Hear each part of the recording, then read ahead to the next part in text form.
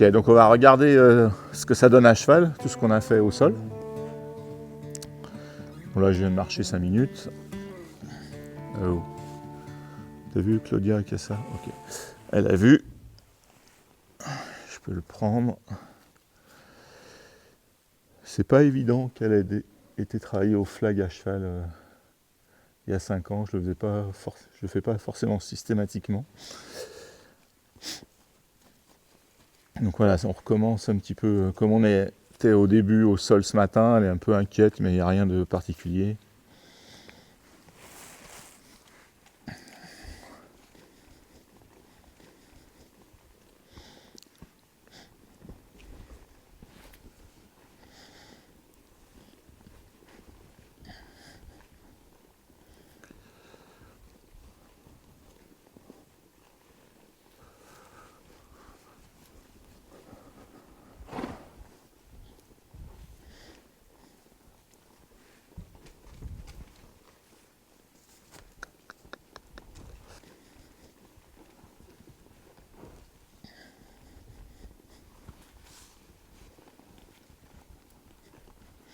Elle est très très focalisée sur le drapeau. Là, elle en avait presque oublié la bâche. Il a fallu que je la dirige pour pas qu'elle marche dessus et c'est une deuxième frayeur. Quand ils sont tellement axés sur quelque chose comme ça qu'il y a un second stimuli qui arrive, c'est souvent un problème. Même si la bâche en elle-même, ça lui pose pas de problème, mais elle est tellement focalisée sur ce drapeau que ça aurait pu être problématique.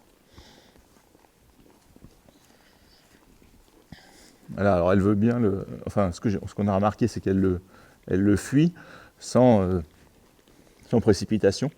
Mais là, je voudrais bien qu'elle le suive un peu en premier. C'est pas mal.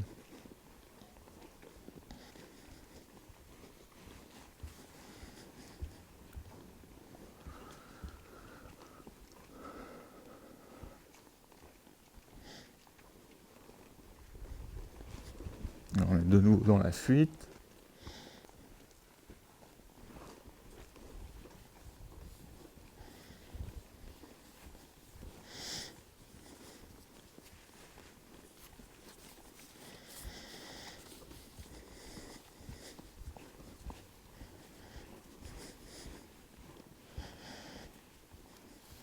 Ok, on va voir ça à droite.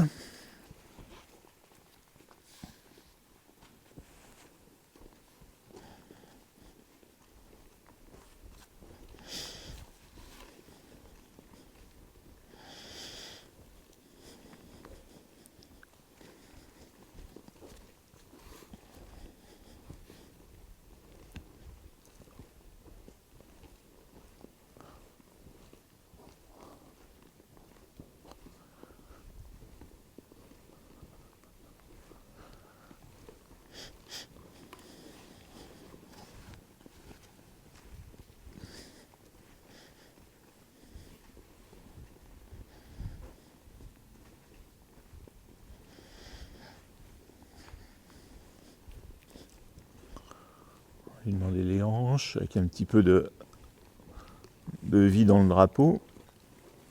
J'utilise pas ma jambe du coup, à peine, et je me sers du drapeau pour déplacer ses hanches. Moi, elle les déplace à une cadence assez lente, donc ça n'inquiète pas. Que je la stimule avec le drapeau. Regardez ça de ce côté.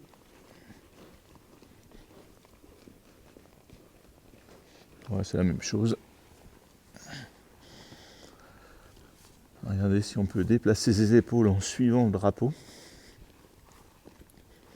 Qu'elle suive ma main, qu'elle suive le drapeau.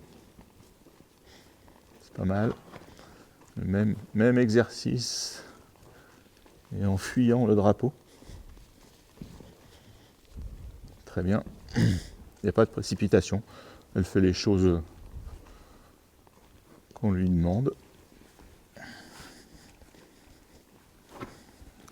Quand elle a croisé, elle n'a pas précipité. Elle a accéléré sa vitesse parce que j'ai accéléré la cadence sur le drapeau, mais elle s'est pas précipitée dans le sens où elle s'est pas marchée sur les pieds. Elle est restée bien cadencée sur sa foulée, sans s'en mêler. Ce qui n'aurait pas été le cas s'il y avait eu trop de crainte. Bon, là, elle le suit moins bien que de l'autre côté.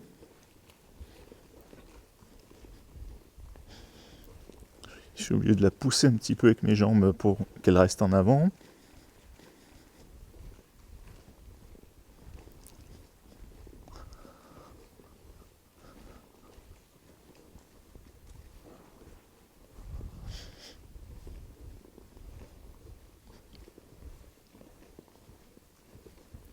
Voilà, c'est mieux, ça revient.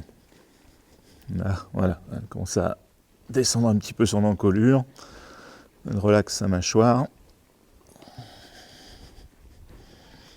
On va voir si elle peut déplacer ses épaules en fuyant le drapeau.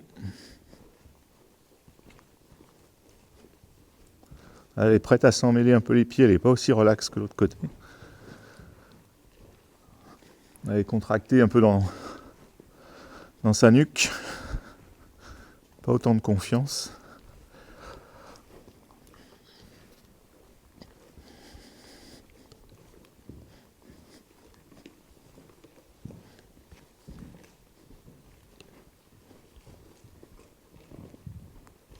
C'est mieux.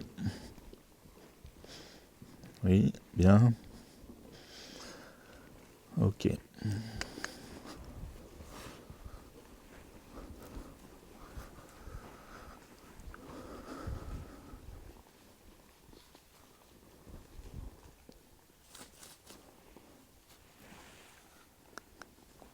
Oh.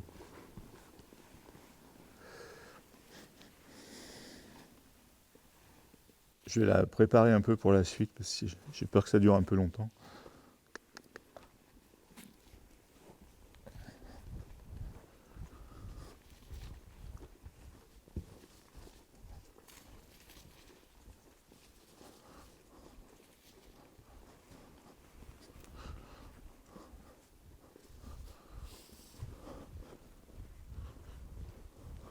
Bon, ça va. Donc, pareil, même progression qu'au sol, hein, on va faire les choses de manière un peu plus rapide, moins de préparation, des moments faire un petit peu des erreurs de brutalité exprès pour voir comment elle gère ça au niveau de ses émotions, comment elle est capable de prendre sur elle.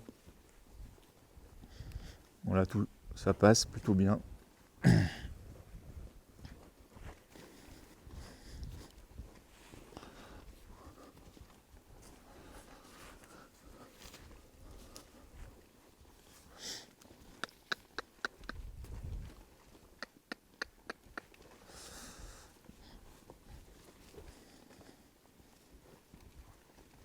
Là, à cheval, je me sers plus des appels de langue sur un cheval comme ça.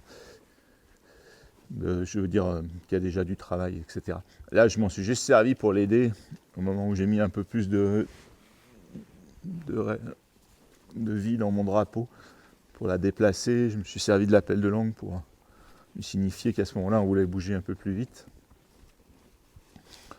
Pour l'aider à comprendre la différence entre quand je suis en train de désensibiliser et le moment où je voudrais qu'elle se mobilise.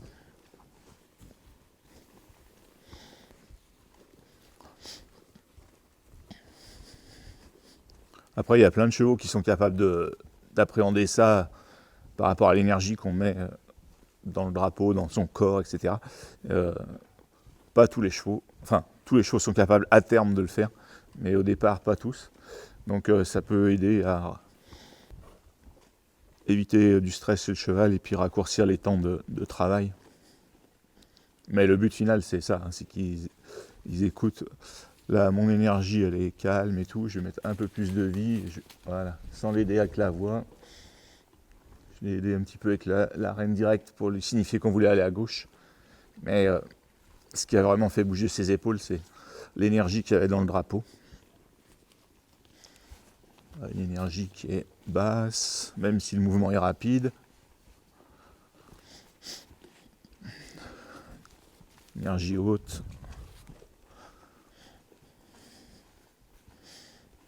Ok, donc on va pouvoir regarder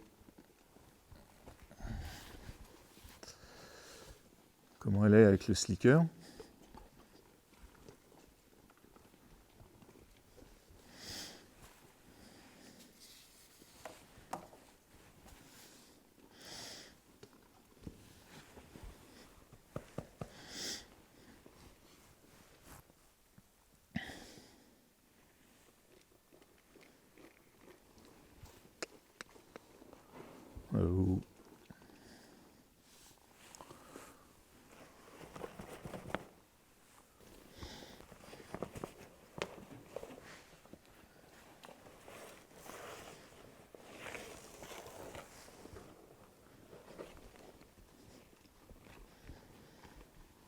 Donc effectivement, pour une jument qui a été habituée au slicker, elle ne devrait pas avoir ce genre de réaction, elle ne devrait pas avoir envie de s'en aller, même si elle s'en va tranquillement. Mais c'est quand même qu'il y a un moment donné où ça lui a posé un problème.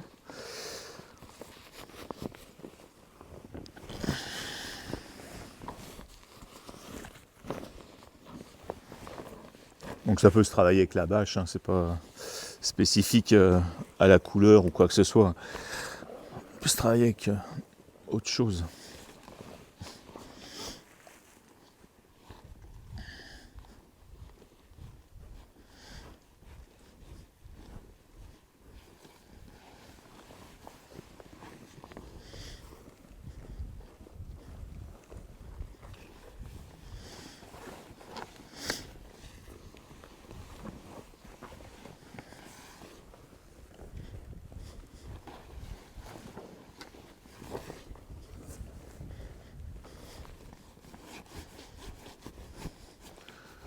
Donc on la retrouve comme au sol, hein, tout à l'heure avec la bâche, un petit peu contractée, surtout quand ça fait du bruit. En fait, sur le contact, c'est pas tellement le souci, mais c'est les bruits. Voilà, mais c'est un petit peu de contraction, mais rien, un petit peu de stress, mais vraiment pas de manifestation. Plus que ça.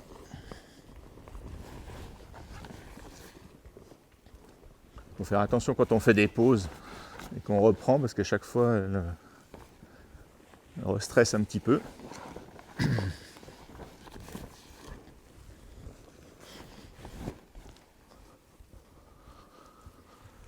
On va lui faire plusieurs fois ça. On arrête en continuant de marcher. Et on reprend sans trop préparer, hein, de manière un peu abrupte, pour qu'elle prenne sur elle, qu'elle apprenne à gérer ça. Là, c'est mieux déjà. On va voir ce qu'on peut faire à l'autre main.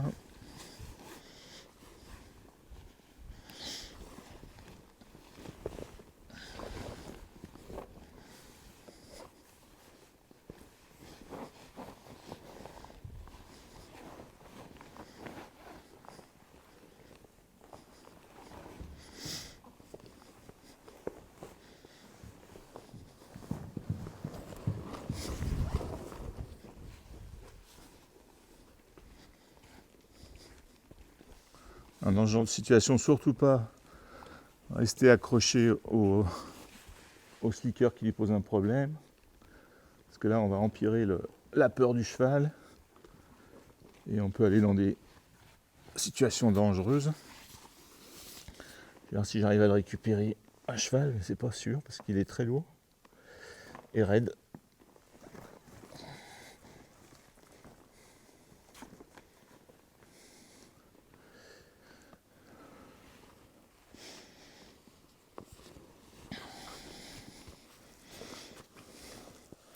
Ok, très bon point du côté de la jument. C'est le côté où elle a eu peur, mais pour autant, elle a tout à fait accepté que je le reprenne en restant à cheval. Elle ne m'a pas mis en difficulté quand j'étais complètement penché. Ce qui aurait pu arriver parce qu'elle a un peu stressé. Elle sent un cavalier qui n'est pas à sa place. Donc elle aurait pu rajouter du stress, déplacer un peu son corps et me mettre en difficulté.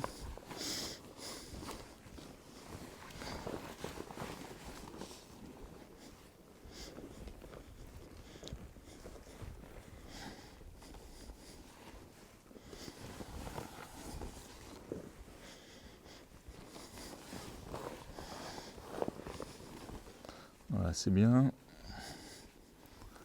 Regardez comment on peut faire pour le passer devant plus facilement. Oh, oh, oh. Que tout à l'heure.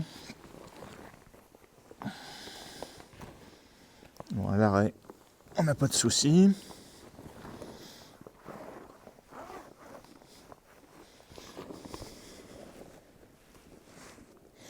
Bon, le changement d'œil, on avait déjà vu qu'au sol, c'était pas une problématique avec elle. Changement d'œil derrière, ce qu'on appelle le changement d'œil parce que le cheval a, de par sa conformation avec ses yeux, a un gros angle mort dans la partie postérieure de son corps. Et ça lui pose souvent des problèmes quand on change les stimuli de droite et de gauche.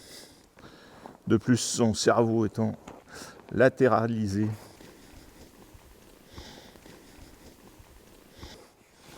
c'est une deuxième problématique chez eux.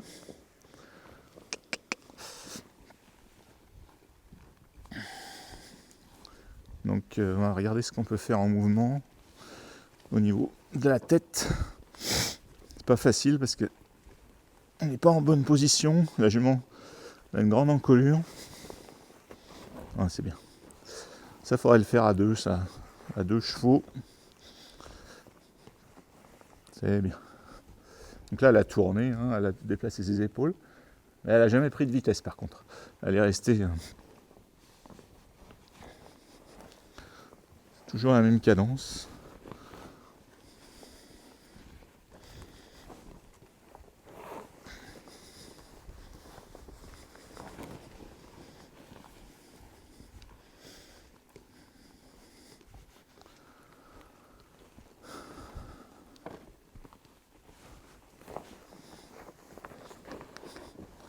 C'est bien, elle a choisi de s'arrêter au moment où ça lui posait des problèmes, plutôt que de tourner comme elle a fait les fois précédentes.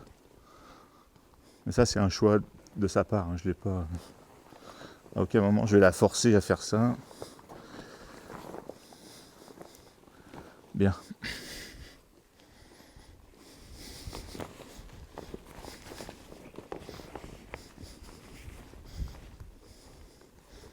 Je la ralentis simplement, mais je ne vais pas la forcer à s'arrêter.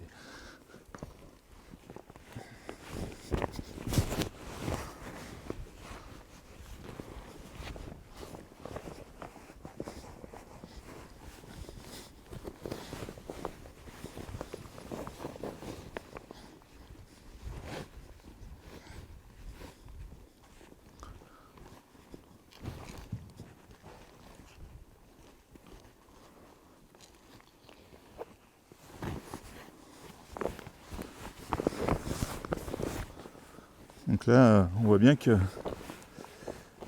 c'est plus du tout pareil. Quand on travaillait pour préparer, ça allait.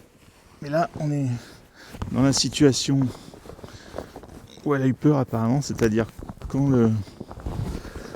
l'imperméable est porté. Et du coup, pour la jument, c'est plus du tout la même chose.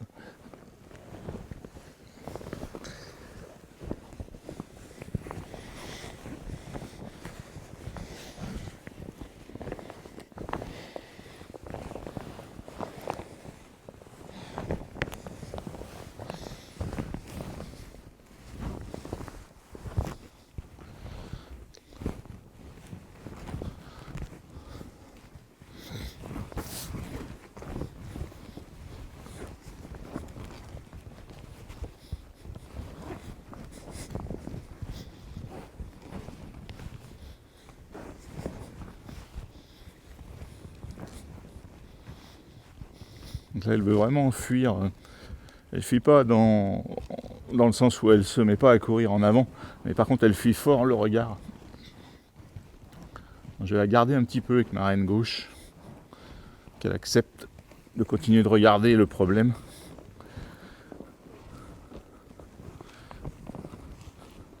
Je la force pas, hein, je garde une petite léger contact à gauche pour lui suggérer que ce serait bien qu'elle réfléchisse et qu'elle regarde le problème plutôt que de se barrer de l'autre côté. Quand elle se barre, ça lui met un petit peu plus, quand elle fuit à droite, ça lui met un petit peu plus de pression sur son mort à gauche. Et par contre, quand elle regarde, là, elle trouve du confort. Je fais attention d'avoir toujours la même longueur de rêne pour voilà, quand elle regarde comme elle vient de faire là, il n'y a plus de contact. Elle arrive à détendre la rêne, c'est elle qui détend sa rêne, c'est pas moi qui vais la relâcher. Voilà, elle a changé d'avis. Ok, c'est bien. Dès que je change la manière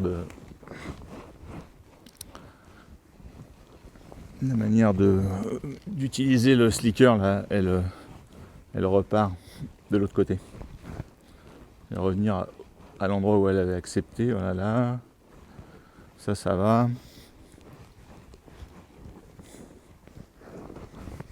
Voilà, je change, ça va. Elle n'est pas repartie trop fort. Un petit peu. Mais elle est quand même restée sur sa volte. Et ses pieds se déplacent lentement. Là, je vais la relâcher complètement. Voilà, elle continue à le regarder. Alors que tout à l'heure, elle voulait vraiment, dès qu'il y avait le moindre changement, elle voulait fuir et elle quittait le regard de son œil gauche. Elle voulait aller à droite. Par contre, elle n'a jamais cherché réellement à accélérer ses pieds, légèrement au début, mais elle est restée au pas. Très bien, il faut que j'arrête parce que sinon on va rentrer dans le processus où elle va se demander pourquoi j'arrête pas. Il faut absolument que là il y ait un arrêt de la stimulation pour qu'elle comprenne qu'elle avait été dans le bon sens. Si je continue à stimuler, elle va chercher d'autres solutions, elle va se dire « Ah, il continue alors que je regarde, je me suis calmé, donc c'est pas ce qu'il veut. » Donc elle va chercher autre chose. Peut-être qu'il veut que je trotte, peut-être qu'il veut que je m'arrête, peut-être qu'il veut... Elle va chercher et elle va sortir des choses pour lesquelles elle a été, entre guillemets, dressée. Sur un cheval naturel qui n'est pas dressé, qui est au débourrage, on va surtout avoir de la fuite en avant. Et sur un cheval qui a plus de travail, il va nous sortir tout son panel d'apprentissage. Pas tout son panel, mais ce qu'elle aime faire ou les choses dans lesquelles elle est le plus à l'aise. On a vu tout à l'heure quand on passait le slicker qu'elle déplaçait fortement ses épaules. On l'avait fait, je l'avais demandé avant avec le drapeau en la stimulant. Donc elle a certainement fait un rapport entre ces deux exercices-là. C'est certainement pour ça qu'elle a fait ça. Parce qu'elle n'avait pas peur, mais elle pensait qu'on était toujours dans le même exercice.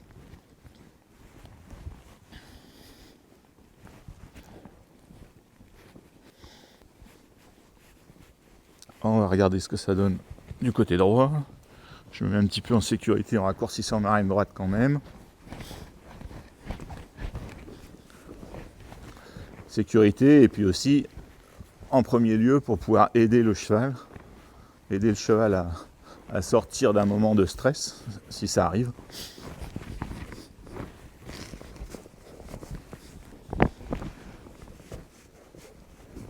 On ne cherche pas à les amener dans le stress, c'est pas le but, mais par contre c'est parfois nécessaire de les amener dans l'inconfort pour qu'ils découvrent les moments de confort qu'on va leur offrir lorsqu'ils acceptent ou lorsqu'ils réfléchissent assez pour sortir de la situation.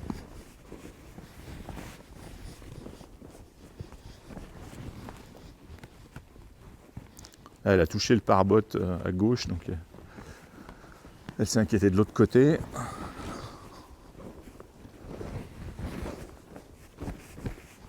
On va changer la manière de... Voilà, ça va.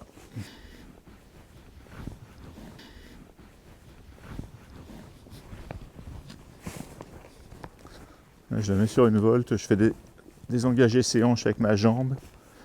Et en même temps, je déplace mon imperméable. On va voir si elle est capable de rester dans l'exercice qu'on lui demande. Ou si l'angoisse de l'imperméable est trop forte et qu'elle va partir, elle va sortir de l'exercice par un défaut de confiance. Si elle a assez confiance, elle va rester dans mon exercice.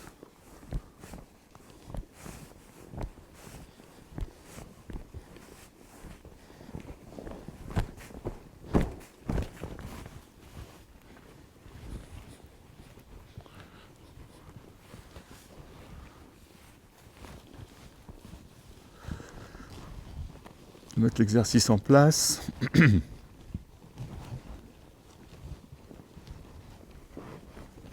Là, on a toujours un petit peu plus de soucis sur cet œil gauche.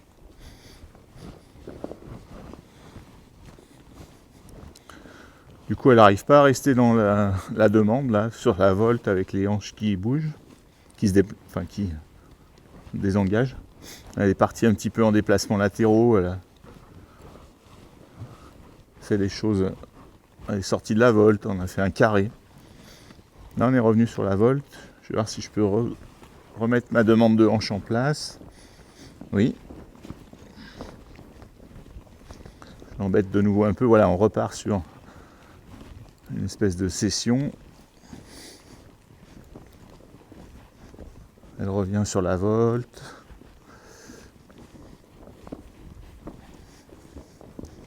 On n'a pas la relaxation qu'on avait il y a 2 minutes là. Voilà. Ça vient. Par contre là, je suis resté tout le temps sur la même manière de bouger l'imperméable. Parce que dès que je vais varier, on va de nouveau avoir un zapping. Voilà, exactement comme ça.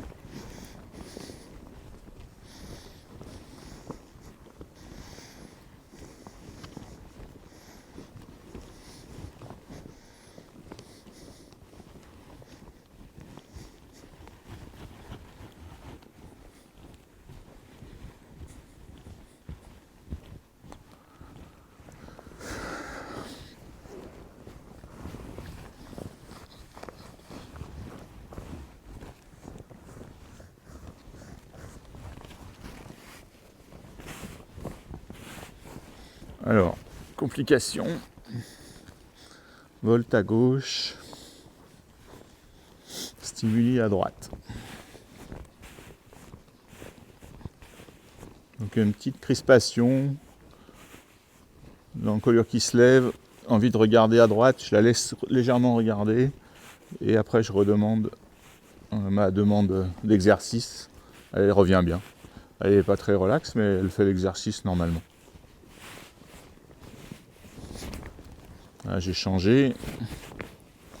Donc on a la même petite crispation, ça dure pas longtemps, et ça revient.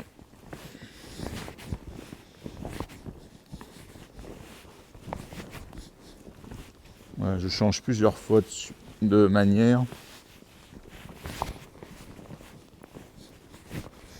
Ça lui demande beaucoup d'efforts.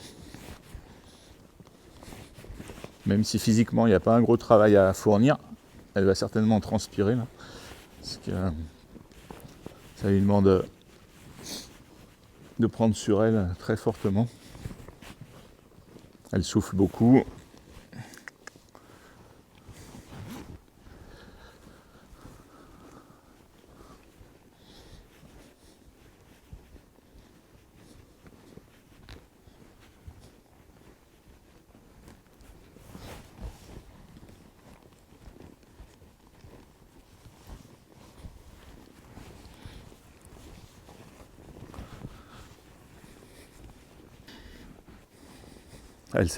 Elle a déjà compris ce que j'allais faire, donc elle est déjà en train. Elle continue à regarder à gauche.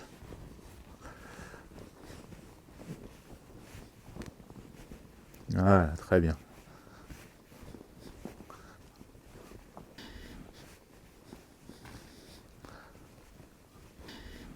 Ça, c'est quand même assez. C'est assez peu courant qu'un cheval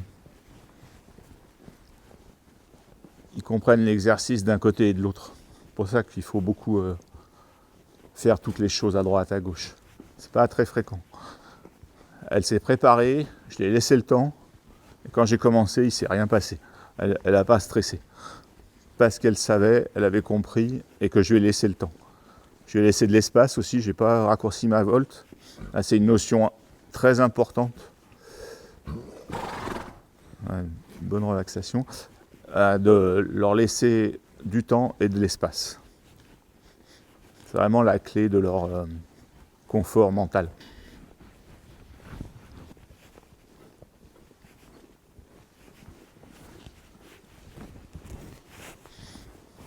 On va pas aller plus loin pour aujourd'hui avec cette séance de slicker. Il faudrait travailler au trot, travailler au galop. Mais on a fait des choses. Elle a déjà beaucoup fourni au sol, monté. Et elle finit avec une très bonne attitude, une très bonne réflexion là, dans le changement de main. Donc c'est très bien pour arrêter. Je vais voir si je peux l'enlever par contre à cheval.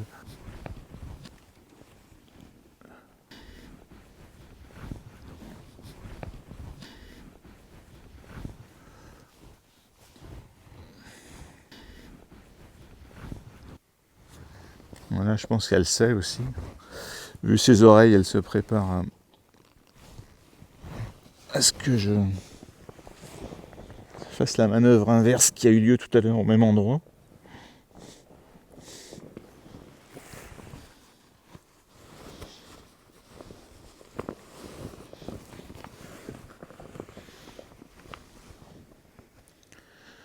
Je vais quand même prendre mes rênes au moment où... voilà. Bon, ça lui pose pas de soucis. Donc là, je vais lui demander de se rapprocher du mur. Donc là, il faut qu'elle ait assez confiance en moi pour que je puisse la pousser avec ma jambe gauche et aller contre le mur, qui n'est pas forcément toujours un endroit où les chevaux aiment aller.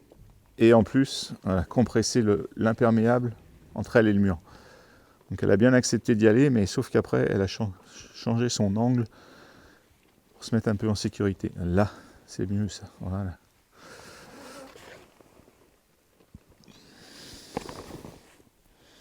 On va refaire.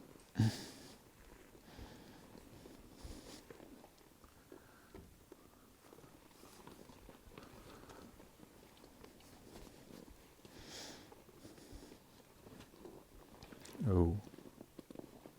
Oh non, non. Tu triches.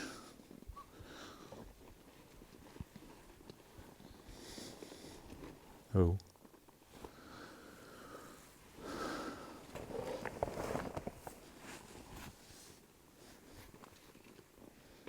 Voilà, c'est pas grand chose, elle s'en va juste d'un pas. Mais c'est plus un bébé, elle devrait être capable de rester là. Et de prendre sur elle, même si c'est pas très confortable.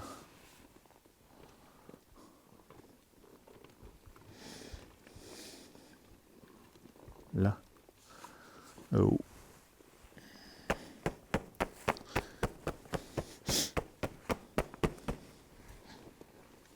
Et pareil, si vous voulez que vos chevaux ils restent là, le but c'est pas qu'ils restent là, c'est qu'ils restent là en confiance. Donc elle n'est pas tenue, les rênes sont à peine ajustées, mais juste ce qu'il me faut pour pouvoir la contrôler au cas où. Quand elle bouge, je la laisse bouger 1 ou 2 pas. Non, tu fais faux, ça te provoque du travail, je te recule, je te déplace latéralement. Et quand elle est là, elle n'a plus de pression, mes jambes sont contre elle, mais il n'y a pas de pression de leur part, et les rênes sont, on va pas dire relâchées, mais en tout cas il n'y a pas de contact.